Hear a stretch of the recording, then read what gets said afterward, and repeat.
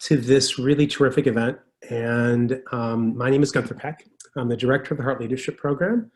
And I am really excited to convene a conversation tonight with some, honestly, of the most inspiring students I've ever worked with, as well as with a really wonderful colleague and friend of mine and fellow activist, Wesley Hogan, whose book we are honoring on the freedom side.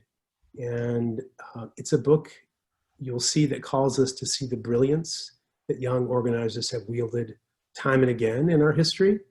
And it's a book I think that has never been more timely or appreciated at this moment. And so you'll see as we proceed, we will be hearing from wonderful student activists as well. So before we begin, I do want to thank my dedicated and inspiring colleagues who helped create this event. First, Professor Lalita Kalagatla, who the Associate Director of Hart, who literally planned every minute of this event. and there's a lot of work that goes into making something seamless. And we hope it will be seamless. So I also want to thank Beth Austin, our office manager, who literally makes everything happen. And like good students, keeps us honest. I want to thank Adam Beyer, our outgoing associate in research, who's here for a cameo to help us. And finally, and especially, I want to thank Ana Ramirez, who has been our new associate in research. She's also a fantastic activist herself, and she will be moderating the conversation as we go forward. I'm happy to share the podium or the screen or the Hollywood Square with Deandra Rose, our wonderful colleague and professor of political science. She is the author of her own superb book, Citizens by Decree, Higher Education Policy and the Changing Gender Dynamics of American Citizenship. That was Oxford 2018. It's a fabulous book. And it examines the development of landmark US higher education policies like Title IX and federal financial aid programs and their impact on women's movements towards first-class citizenship. Should also say it's a youth movement book, even if it doesn't necessarily foreground that. And Professor Rose is also now the Director of Research at POLIS, which is co-sponsoring this timely event. And I want to thank Deandra for that. And I'll turn it over to Deandra, who will introduce Wesley. Thank you so much, Gunther. Hello, everybody. I'm really excited to be here with you and just want to, on behalf of POLIS, the Center for Politics, take a moment to thank our dear friends at the Hart Leadership Program for the opportunity to be a part of tonight's amazing event. I know it'll be amazing. I think there's so much exciting stuff in store for you tonight. I also have the great privilege of introducing Professor Wesley Hogan. Professor Hogan is the director of the Center for Documentary Studies at Duke University and research professor at the Franklin Humanities Institute and the Department of History. She writes and teaches the history of youth social movements, human rights, documentary, oral history, and her work is just all-encompassing and fascinating. Professor Hogan is the author of Many Minds, One Heart, SNCC's Dream for a New America, and tonight's event is inspired by her new book, On the Freedom Side, as Professor Peck said, How 5 Decades of Youth Activists Have Remixed American History. And that book seeks to document and amplify the voices of youth activists, including Black Lives Matter advocates, people who are engaged in immigrants' rights work, and water protectors at Standing Rock. Professor Hogan's book has garnered much praise, and to offer just one example from SNCC veteran Judy Richardson, she says, at a time when too many of us are simply cursing the darkness, Hogan has shown the light of history on the often invisible youth movements that fueled positive change in the past, and that continue to energize us today. So I'm delighted to welcome Professor Wesley Hogan, who will start us off with a land acknowledgement. Thank you so much, Professor Rose and Professor Peck. It's so good to be with everybody tonight, everybody who's here in attendance, and I want to thank you so much to especially to the youth activists that are here with us tonight, to Daisy and Quinn and Lauren. I want to thank everybody from the policy school who has made it possible. But we're going to start tonight off with a land acknowledgement, which is just a simple and very powerful way of showing respect and a step toward correcting the stories and practices that erase Indigenous peoples' history and culture. It can point us toward inviting and honoring the truth. And a few years ago, Myron Dewey came to the Center for Documentary Studies as our Lehman Brady professor. He's an Indigenous filmmaker, and working with the Native American Student Alliance at Duke, he offered the land acknowledgement I'll share tonight. And we're imagining forward this practice, which is becoming more widely adopted, where cultural venues and classrooms, conference settings, places of worship, sports venues, town halls, all can acknowledge traditional lands. And in this way, we're part of a recently reborn tradition where millions of people are now being exposed, some for the first time, to the names of the traditional Indigenous inhabitants of the lands they are actually living on, inspiring them to ongoing awareness. So I'm about 2 miles away from Sanford, but Duke and Sanford School is situated on the traditional territories of the Tutelo and Saponi peoples. The contemporary Saponi are organized as 3 tribes who live in central North Carolina today: the Occaneechi Band of the Saponi Nation, the Saponi Tribe, and the Haliwa Saponi Indian Tribe. So I hand it back now with gratitude to Anna Ramirez, Associate in Research for the Hart Leadership Program, and our wonderful moderator for this evening. Thank you so much, Wesley. Hi, everyone. I have the honor of introducing our 3 panelists. First up, we have Lauren Howe. She's a rising senior at Duke, majoring in public policy and minoring in education and visual media studies. After a long year internship with the House of U.S. Representatives, she was driven to engage with the Hart Leadership Program's Why Vote campaign, which encourages peers to enact in the democracy they wish to see. She continued this work in her internship with the Democracy Lab, urging Raleigh constituents to demand change with their votes and voices. She currently serves as RDU's chapter president of North Carolina Building Our Revolution Now, and has organized numerous Black Lives Matter protests in her hometown of Raleigh to demand justice for those murdered by Raleigh's police department.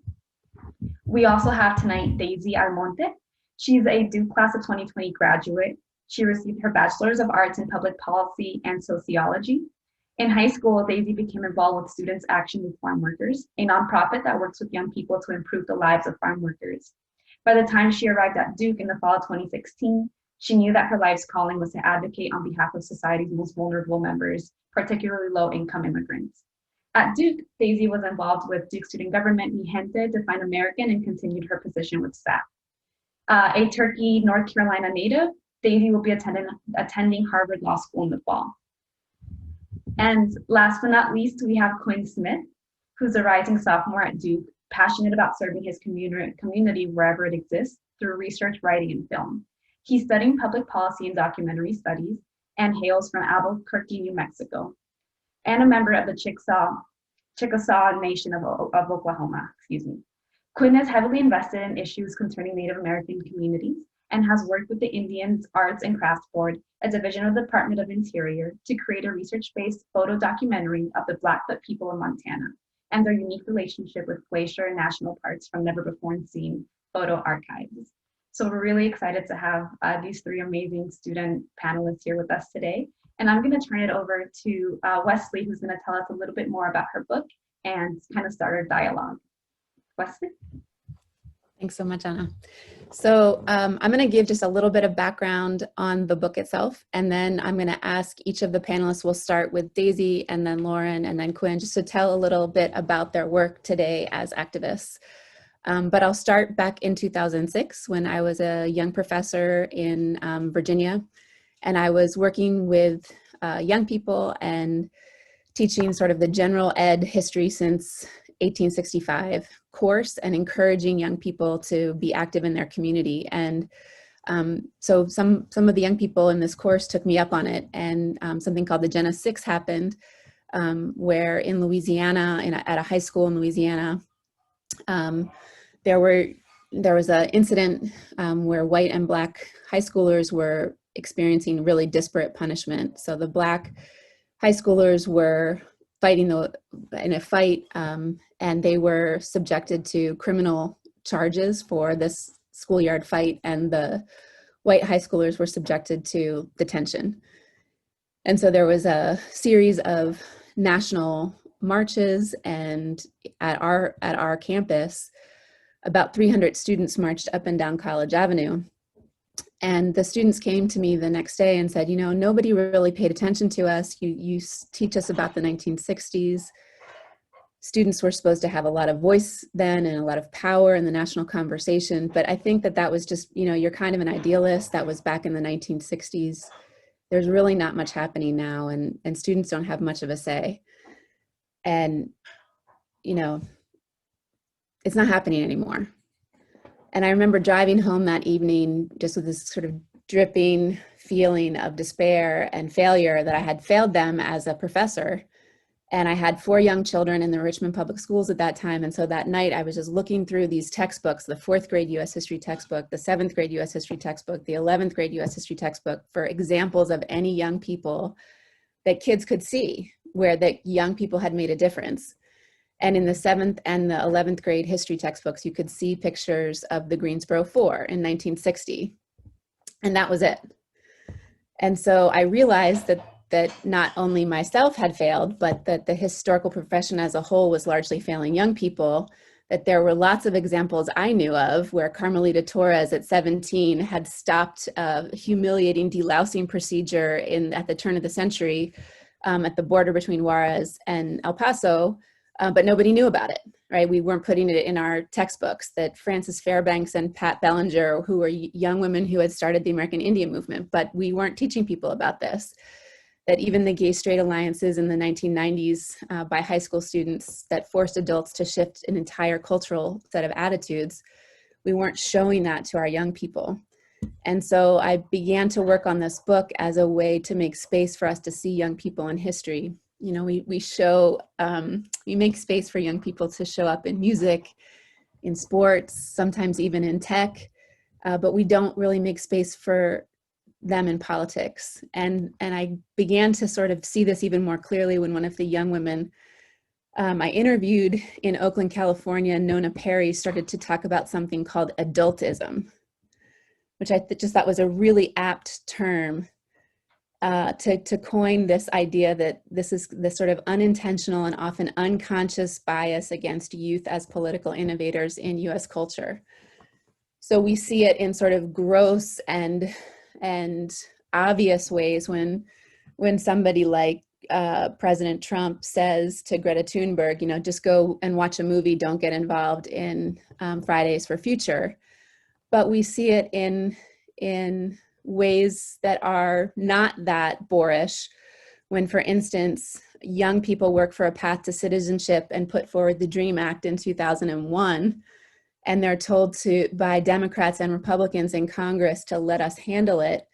And here we are in 2020, and we still don't have a path for these young people who are now, of course, in their late 30s and 40s.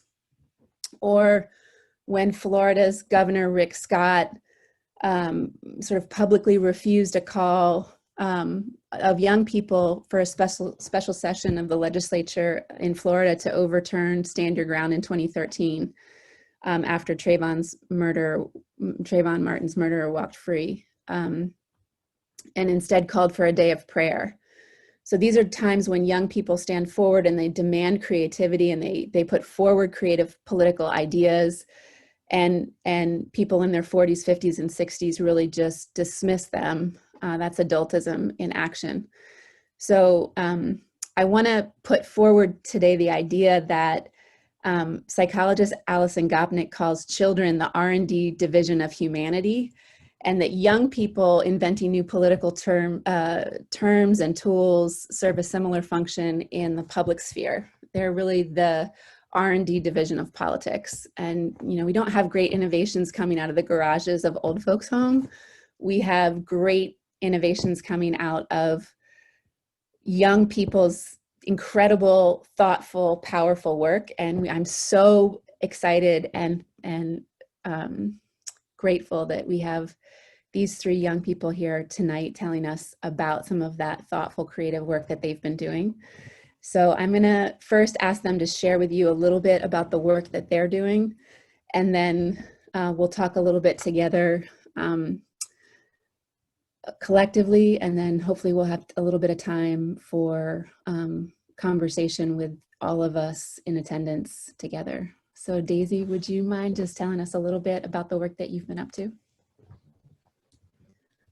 Sure, thank you. So like Anna mentioned in her introduction, I started working with an organization called Student Action with Farm Workers in high school, or I guess I shouldn't say working. I became involved because I was eligible for their youth farm worker programs due to my involvement in agricultural work in southeastern North Carolina during high school.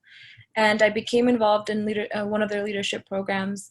Once I moved to Durham to begin college, I started shifting my role with them, whereas in high school, I had done more of petitions and protests, and those first steps that kind of led me to realize that my voice as a young person did have power and did carry some weight in being able to ask and demand things of my representatives and my elected public officials, which then I transitioned into more hands-on work with the organization that focused more on archives as a form of activism, archiving a lot of the farm workers that come through North and South Carolina during the summers, and then producing exhibits that documented them as more than just labor, as human beings and people who have hopes and dreams, and kind of change the narrative of what we think of when we get our food on the table. And that's been the focus of my work with them mostly until I transitioned into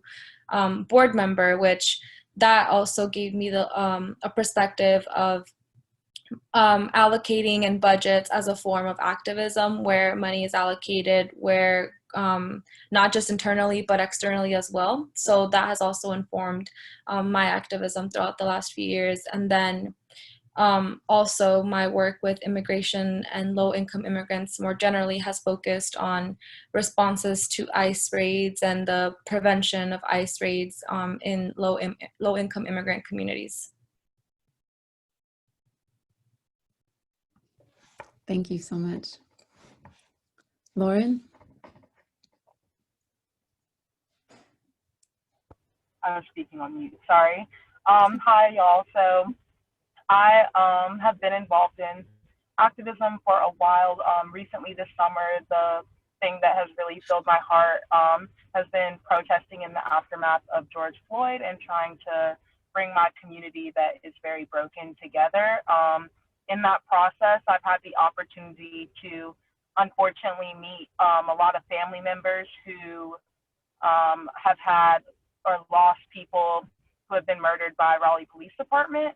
And through forming relationships with them, they've kind of been reliant upon our protest group to demand justice in Raleigh, North Carolina, and hopefully throughout the United States and world, because unfortunately we live in a society where a social media hashtag is like a way to get justice. So right now, my work is focusing on staying in the streets and protesting and making sure that Raleigh Police hears us, and trying to get those officers fired and get those families justice. And in that, I am producing a documentary of what our protesting experience has been like to retell our narrative.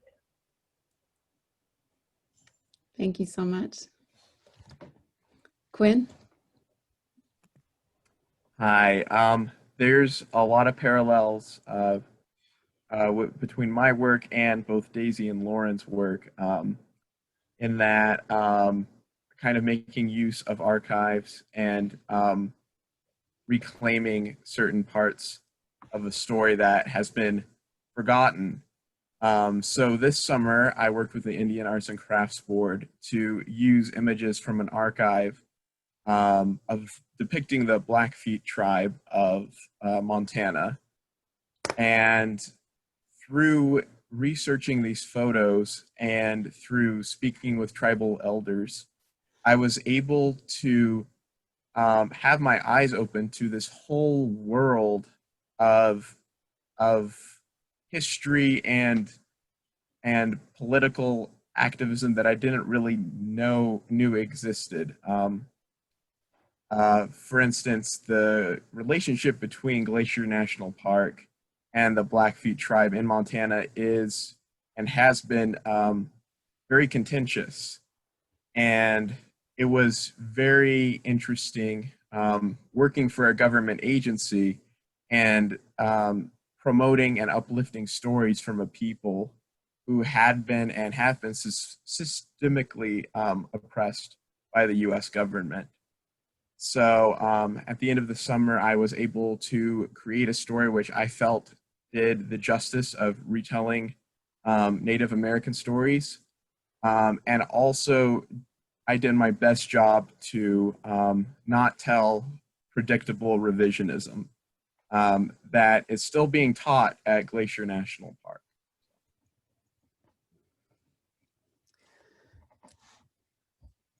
So it seems to me that one of the things that all three of you are doing, in addition to building different kinds and new kinds of archives, is that you're really reclaiming narratives and building forward new kinds of narratives in really exciting and powerful ways. So I wondered if you might talk to a little bit, if it might be a good way to kick off a conversation among us, to just talk a little bit about what that process has been like for you, whether it's interacting with an archive or building a new kind of archive. I mean, I know this Revolution tracker that Lauren talked about earlier is really exciting to me too. I don't know if, Lauren, you feel like you want to talk about that, but you know, keeping track of sort of how other people portray the work that you do compared to you being able to tell that story is always a really important part of movement work. And to some degree, all three of you have been building narratives so powerfully about the work that you're doing. So I don't know if you want to speak to that at all, but I feel like that's a really important part of activism. I guess I'll start quickly with the process. I think when interacting, you mentioned like interacting with archives, and for me, whenever I was helping put together exhibits, especially one that was documenting 25 years of farm worker labor in North Carolina, I remember being not shocked, but a little surprised or even kind of like mad at myself that I was feeling surprised whenever I was, you know, taking a look at interviews and transcriptions, and whenever like someone, a farm worker, would say like, you know, it makes me feel like happy, like to be able to work with my hands because it reminds me like of home. And I think that I would feel guilty that I hadn't paid attention to that part, or that I hadn't been able to think about that, because sometimes we get so caught up even just with one side of the story, even if it's the narrative that's like, yeah, like, I mean, the fact is that they deserve better treatment, but it can still be true that they take great pride, and there is dignity in their work, and there is skill in their work, and their work has like value to them as well. So I think it's not just, I think, me like being like, this is the correct like narrative, like this is the way it has to be told, but also me engaging myself in what ways am I also like steering into just one track of viewing this issue, rather than making sure that I'm looking at it with all of its different complexities and different realities. I also, just to like piggyback off that, I definitely agree and relate to that feeling. I also support, like, to give an example, I held a protest in my neighborhood. It's called Wakefield Plantation, and it's we held the protest because someone received a racist letter for putting a Black Lives Matter sign in their yard originally.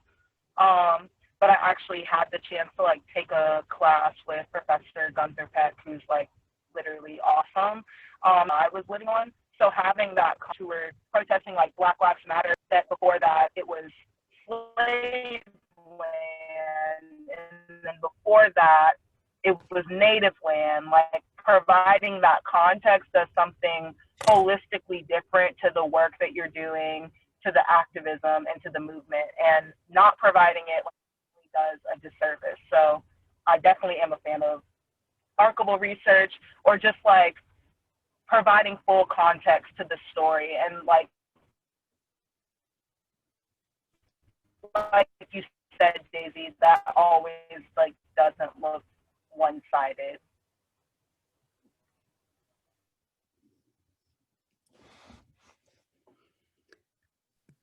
Yeah, for me, an important thing that I've been thinking about has been whose story is it to tell? And some of my documentary studies courses, the professors one I had who worked for National Geographic, she almost felt uncomfortable documenting things like the Black Lives Matter movement because she felt like she shouldn't be the one telling the story.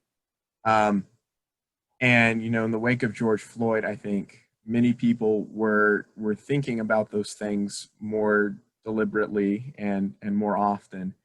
And so what I opted to do for my documentary was to just allow elders to narrate the entire thing. And I would mostly be someone who would collect their interviews and apply it to the pictures that they were talking about. In Native American culture, the words of the elders are as respected as facts are in modern Western culture.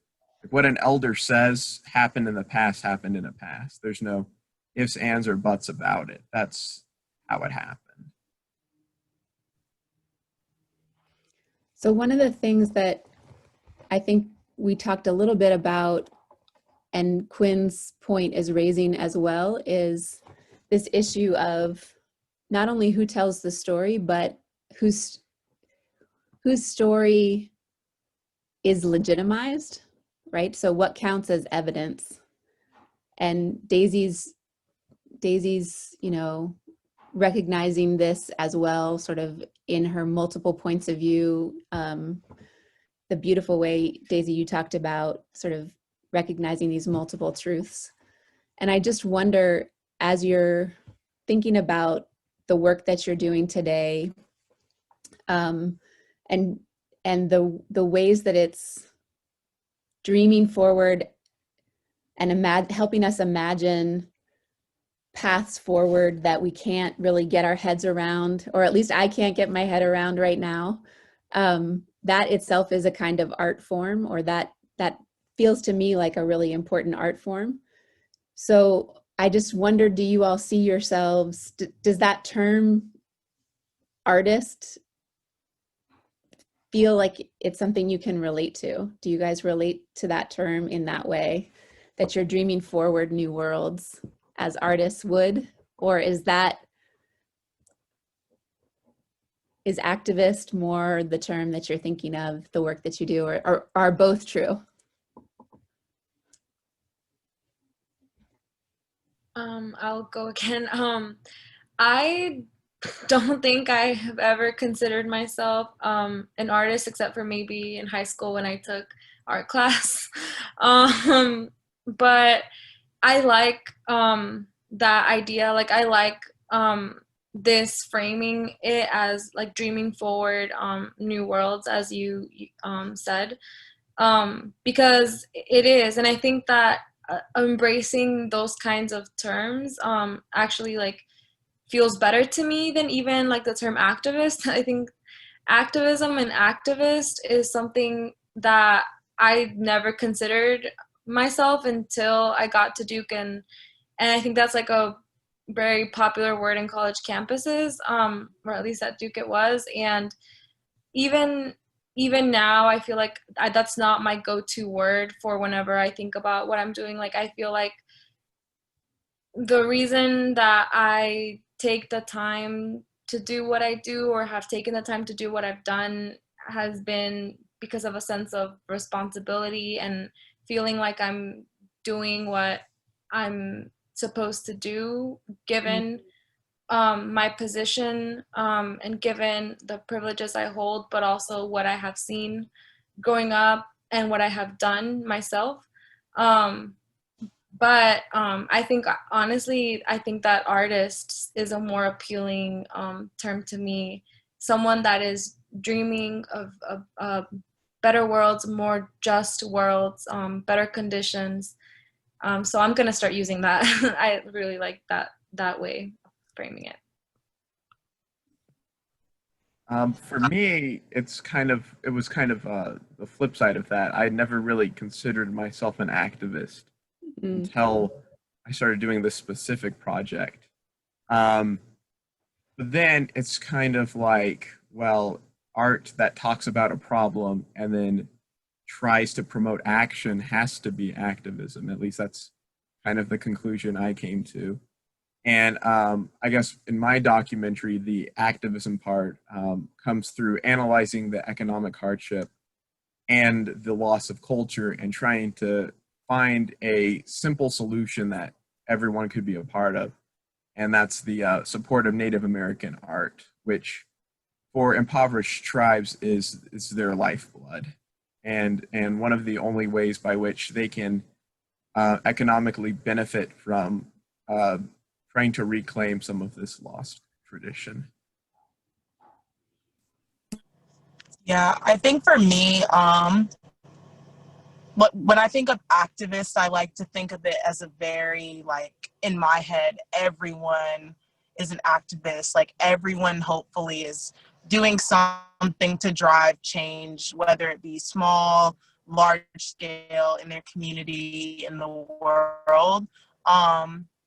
I didn't until, like you were saying, Quinn, we had like a lot of people in the wake of protests, like coming to document the experience for us. And like, that was super awesome. We had like a lot of news people coming to document the experience for us, which like has its ups and downs for sure. But I didn't really start thinking about the importance of like reclaiming that narrative and how art can do that until I was in the movement. But doing so, I would say, has been very helpful, and in terms of creating that new world, the most I've ever felt that. So we spent, I believe, from July 29th or June 29th to July 6th sleeping in front of the executive mansion to get SB 168 vetoed, which was a bill that, if passed, would have made it so you wouldn't get medical examiner records from people in prison, police, or jail custody. And in that process, we had someone like right on the street, and I took a picture of it. It said, I didn't know that I could be free until I shared this space with people and occupied it. And during that time, we were literally creating the world that we wanted for ourselves. Everything that we had, all the food, all the water, all the chairs, all the sleeping material, it came from the community. And while we were working within the community, we were thinking about like, what do we want policing to look like? Like, how do we hold each other accountable? So I definitely relate to activism being a way to create that world. And the reason like I relate to it so much is because it takes the weight off of that one person. Like, it takes everyone to create this new world. It's not just at the hands of me or just at the hands of Quinn or to it. Yeah, I mean, that's such a beautiful metaphor too. I mean, it's that you're literally living in the solution. So there was this phrase that the young people in SNCC used called, we want to live as if, right? We want to live as if the world is already desegregated. And so they would just go to beaches that were segregated and swim in the water together, or they would just go to churches that were segregated and pray together, right? So they just lived as if. And what you're talking about, Lauren, is that you guys lived for that time in this community that you created as if the solution was already in place, right? So you kind of imagined forward the world that as it could be, which is so incredibly powerful. So I guess that leads me to ask you something that we talked briefly about before this, which is kind of intergenerational power and struggle. So in many movements, there can be some real power when you have intergenerational connection, where you can build on what's come before, and people talk about standing on the shoulders of their elders and the struggles of those who have gone before them. And I think all of you have talked about that prior to this. And it can also be a challenge to know how to bring new ideas forward when people who you respect and who you know have sacrificed and struggled before you don't necessarily always make space in all the same ways for those new ideas. So one thing that I wanted to bring forward, well, I guess I'll just pause with that and say, is that somewhere you want to go with this, or do you want to take this in a slightly different direction? Because I don't want to, if you want to go in a different direction, we can. I want to leave some space for you guys to talk to each other as well. No, I think that sounds good to me. I don't know about Quinn and Lauren. That's good. Okay, so one example that I came across in doing the research for this was from a wonderful activist in New Orleans who was part of Black Youth Project 100, and she was organizing in 2014, and they were bringing a lot of people to the table in New Orleans.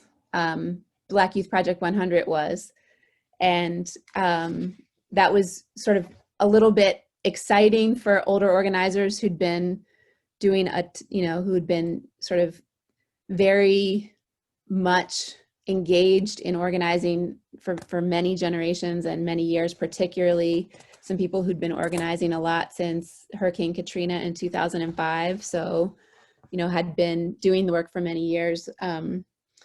But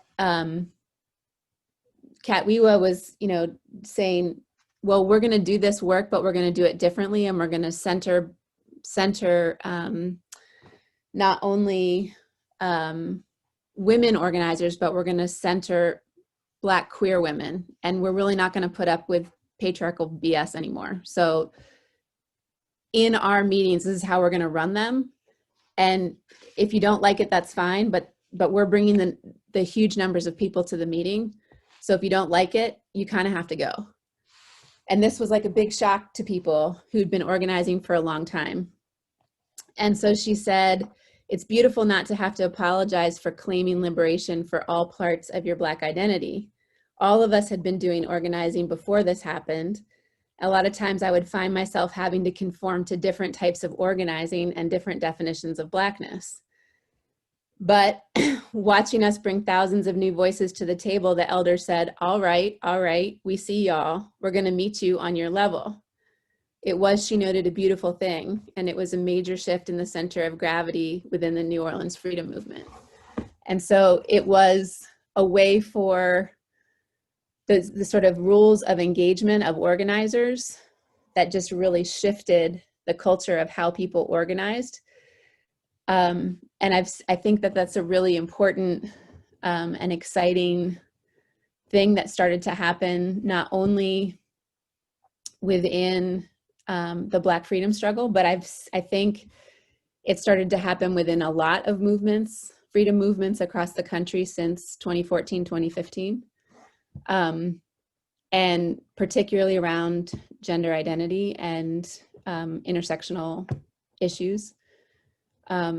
And people started to see it at Standing Rock as well. And so I think, it speaks to the power of young people when they stand together and say, we're invested in not leaving anybody behind, which is something that Lauren articulated earlier as well, that I think is just really, really exciting and powerful. So I don't know if any of you guys want to speak to that, but I think it's something that is also a pattern in youth organizing today that's really important.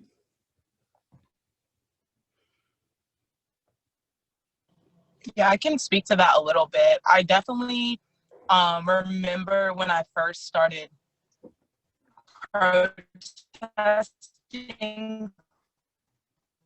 feeling just so like weighed down, and my voice wasn't really treated the same, or that I was facing still the same stereotypes of being angry. And that really upset me, because I was like, if we're supposed to be creating this world where I don't have to worry about it, then why are we like recreating these problems within our movement, or why are we not like working to deconstruct them? So for a long time, I remember there was this like group of people who were protesting in Raleigh, and they were predominantly Black cisgendered heterosexual men, and they were Christian. And so the civil rights movement like historically has used Christianity as a tool to reach out to Black people who like relate to that faith and find a way to keep going endurance and resiliency. I personally remember sitting there and just feeling kind of that was irresponsible, and that like my voice, that tool wouldn't be effective, but that I couldn't utilize that tool to hurt and harm people. Or like saying things like, okay, well, we can forgive the murderer of George Floyd because we know that he's in a better place, and things of that nature don't really take comfort in all types of people who don't believe that at all. And even if you do believe that, it may not be the thing that you're looking for. Certain things that I was having to correct, like just leaving out non-binary people and making like assumptions about gender. And I just felt super uncomfortable. And for a while, I was like, okay, well, you know, I'm not the leader of this. Like, they just sometimes let me speak, like, let me just not say anything. But then I realized that, like, as a light-skinned, privileged, like, Black woman who goes to Duke, if I feel uncomfortable, then imagine like who else feels uncomfortable. And so like it was my responsibility to not just let that be okay, and to go out of my way to say like, this is how we're going to do things from now on. And I don't mean that to say that like I still don't take strength from my ancestors, because I do, Lord knows I do. But we know that if we don't correct things, and if we keep going with the same pattern, we're going to get the same results. And so, like you were saying, if we're creating the world that we want, we also have to acknowledge that we are going to be the ones here to live through it, like most likely. And so we are responsible for ensuring that our neighbors can feel the same level of justice and freedom as we do. So I definitely relate to that 100%.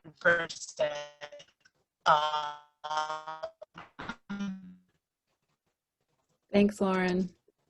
But I think that overall, it's like finding the balance between respecting people who have been doing it way longer than you, and like have the expertise and have the knowledge, while also understanding that things have to change. Like, so I don't know if Daisy or Quinn, you have something to add to that.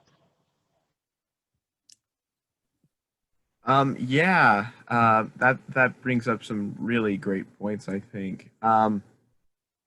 The traditional Blackfeet religion is less favorable towards women than it is towards men, which is something that I guess is common in Western religion as well, traditionally speaking. And that was something I was thinking about a lot, and to try to give some voices to Native American women, I made sure to do a long profile on one of the only women that was shown in the archive. And she actually, in the early 1900s, went to one of the women's suffrage marches in Washington, D.C. And actually, that's my personal favorite story in the documentary. As far as the Blackfeet Nation is concerning protesting, the U.S. government forced the Blackfeet into submission. They weren't really at all accepting of these ills that were done to them. Of course, there was the Baker Massacre, of course, in which hundreds of Blackfeet women, children, and the elderly were slaughtered at the hands of the U.S. government. And then there were a series of starvation winters. And all through that, the Blackfeet still desired their independence above everything. But then came the time when the elders and the chiefs had to come together and say, we're not going to survive unless we sell Glacier National Park, because we can't let the people who are left living, suffer. So there's a lot of different and nuanced things about the relationship between the Blackfeet and Glacier National Park.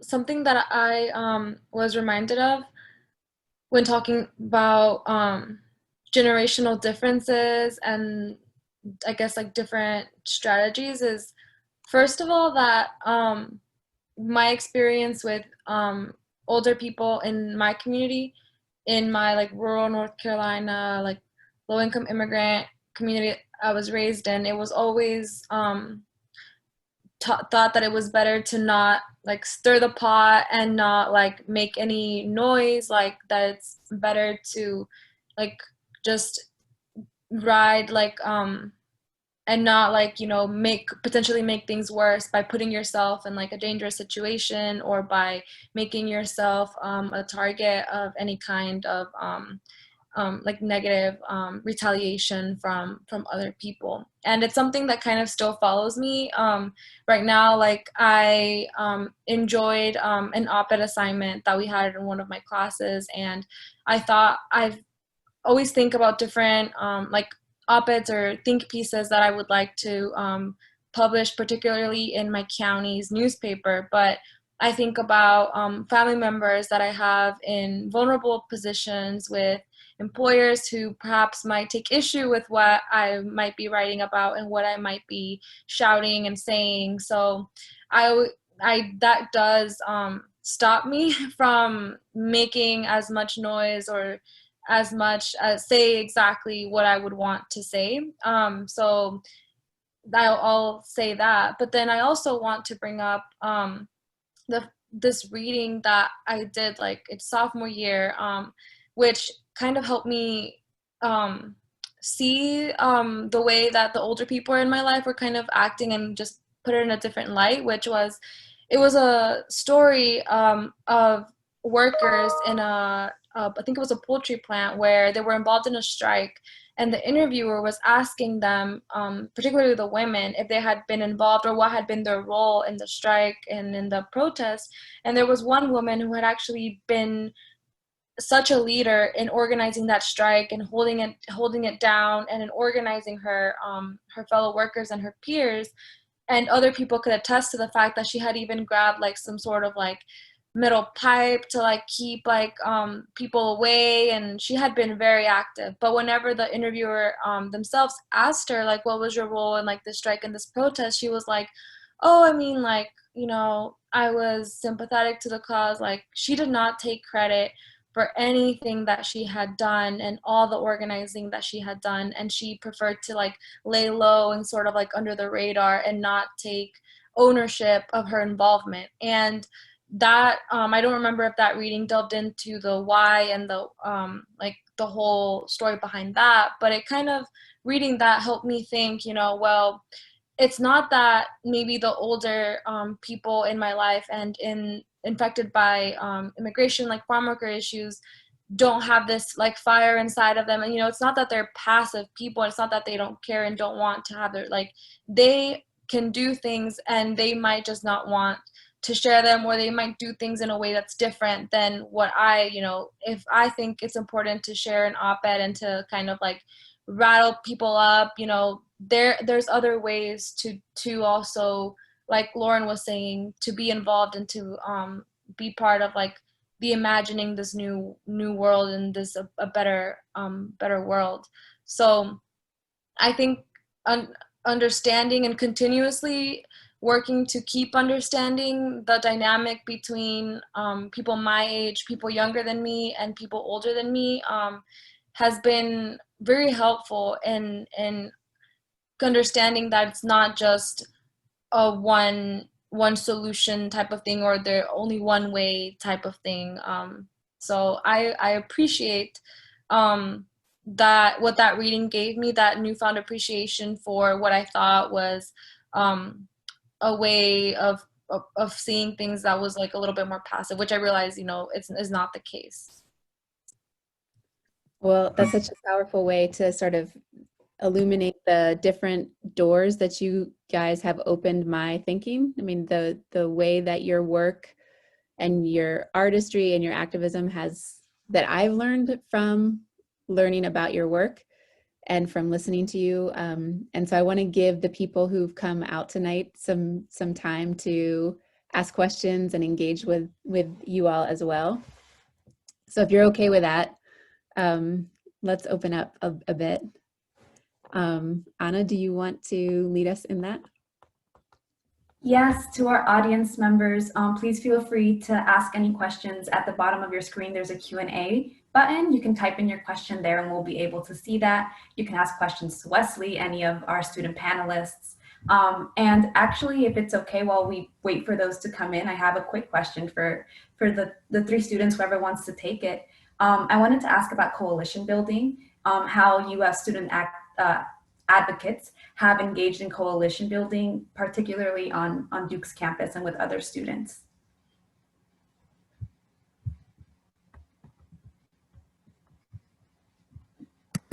I guess I can go first. I'd say when I first got onto Duke's campus, what served as that coalition for me was, of course, the Native American Student Alliance.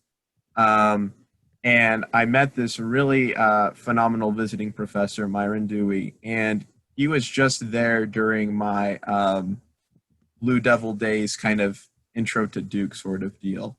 So it was really exciting to see that the school cared so much about Native American issues. And that's kind of what inspired me to push forward. And then, of course, once I was at Duke, the Hart Leadership Program, the Service Opportunities and Leadership Program, helped me to find the project I was doing now. It's just, I think it's really important to have a coalition, especially in the creative practices.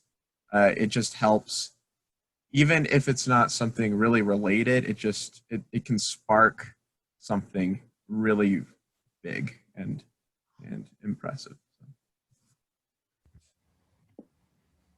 Yeah, really quickly, I think that also coalition building is essential outside of Duke, just because I know that like Duke has the reputation for being a bubble. I feel that my like passion has been driven by community, being like getting out and seeing how people are living and interacting in the community, and understanding your place in the community allows you to work with them and work together to build something potentially great. I think that in Raleigh, I've experienced partnering with organizations like El Pueblo, which has been like at the forefront of activism since forever, but just also understanding like how your issue relates to various other issues is like essential.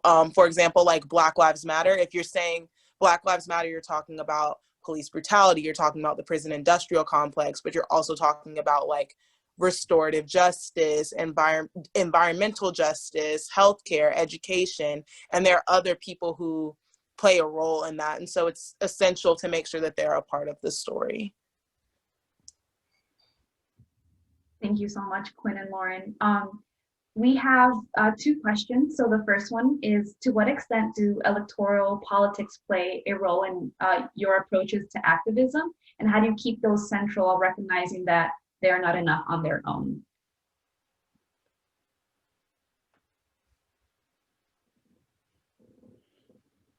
I can speak if no one else or people need to gather their thoughts. Electoral politics plays like such a huge role in my day-to-day activism and organizing, especially in the age of Trump.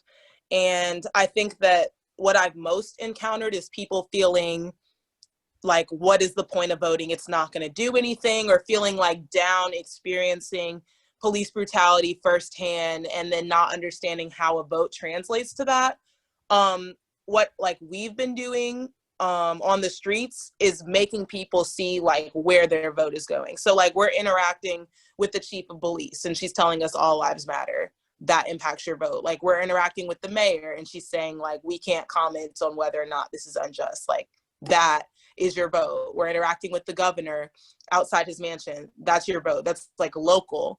And then on the flip side of like national politics, we're interacting with like Back the Blue protesters or people who are coming to see Trump. I think they came to see him in Morrisville when he was going to look at the vaccine, and just seeing how they react towards us, I think is actually fueling people to vote. I think that while people feel very hopeless and in much despair, you can flip it and like show them the importance of why it is crucial to vote, especially at the local level. Thank you, Lauren. I want to make sure we get to these wonderful questions that we have. So I'm going to ask for just one person to answer the next following questions. So our next one is, how do you handle frustration from when people in power refuse to recognize the work that you do because you are young or refuse to implement your demands? Yeah, so for me, this happened pretty significantly when I made my first draft of my documentary, which talked solely about the selling of Glacier National Park. And I sent it to my supervisor, and I thought he would be impressed by it, but he said that, we have a really good working relationship with Glacier National Park. And I'm going to set you up with Glacier National Park so you can get their institutional version of history. And that ended up falling through. We didn't end up doing that.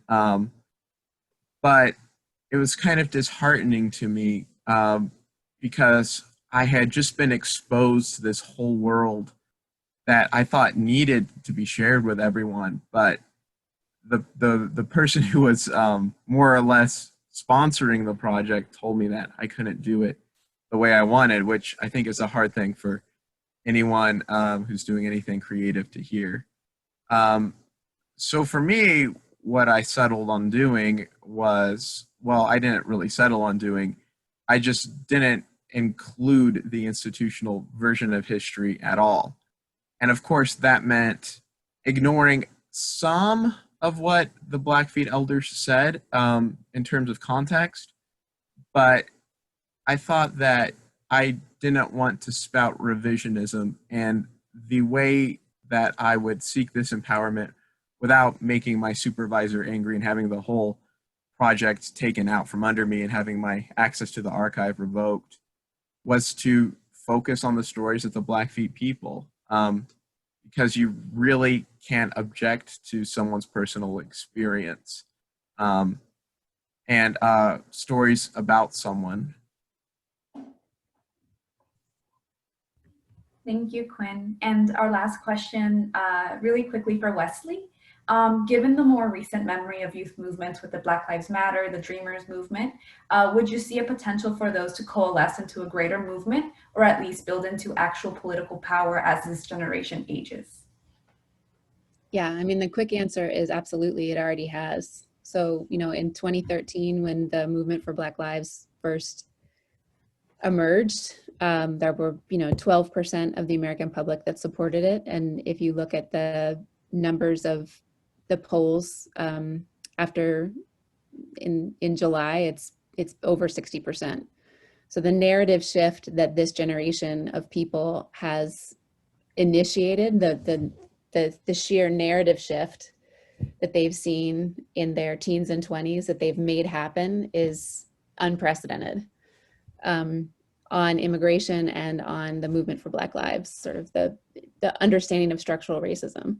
But then you've also seen something really unprecedented as well, when critical resistance, which was this kind of nerdy academic thing that was formed in 1979 and wanted to abolish the prison industrial complex, and was way marginal, and is now something that's sort of mainstreamish. And that, you know, took 40 plus years, but that happened too. So I think that there's a really interesting set of shifts, narrative shifts and political shifts that's happening right in front of us. So it's a quick and abbreviated answer, but this generation that Daisy and Lauren and Quinn are a part of and that are making happen is a really exciting one. And I'm so glad that I get to be alive and part of it. And so thankful to you guys for the work that you're doing. Quinn, I also want to say that last piece that you just mentioned, no one can take away an individual's experience. I want to talk to you more about that. That's really powerful and important. So just remind me, I'm going to send you a quick email about that. It's so important. But I want to thank you guys, the activists in particular, and just encourage you to keep going, because it can be so lonely and it is discouraging, as Excel noted. This can be really frustrating. And I know it's exciting to see the moment that we're in, but the 2006 moment that I talked about with these lonely protesters marching up and down College Avenue in Petersburg is real as well, right? And we got to hang in there with movement people during those moments as well. And I'm so grateful for the work that you are doing, and really just honored to be witness to it. And I think I'm hopeful that this moment that we're in is not just that we're going to be able to recognize some institutional shifts that are long-term in the institution that we're all sitting in, as well as institutions all around us. So I'm really grateful to you all for being a part of that work as well. Yes, thank you, Wesley. Echoing what Wesley just said, thank you so much for this amazing conversation. It was so insightful. I really appreciate Wesley. Thank you for taking the time to be here today. And to our three panelists, Daisy, Quinn, and Lauren, really appreciate it. You all are a force, and we're so grateful to have you here at the forefront of these movements. Thank you for all your hard work. Thanks to POLIS and the Center for Documentary Studies for helping us put this event together. Really excited that this was able to happen. Thank you to our audience for sticking around and giving your time to listen to this conversation. Thank you, Gunther, Lalita, Beth, Adam. Thank you, everybody. This was great. Thank you so much. Thank you, Anna. Thank you, everybody. Well done. And I wish the conversation could continue, and it will, because it must, actually, because there's no alternative. We have to seek justice and make it happen. And that's what this is about as well. So thank you so much. Thank you. Bye. Bye, everyone.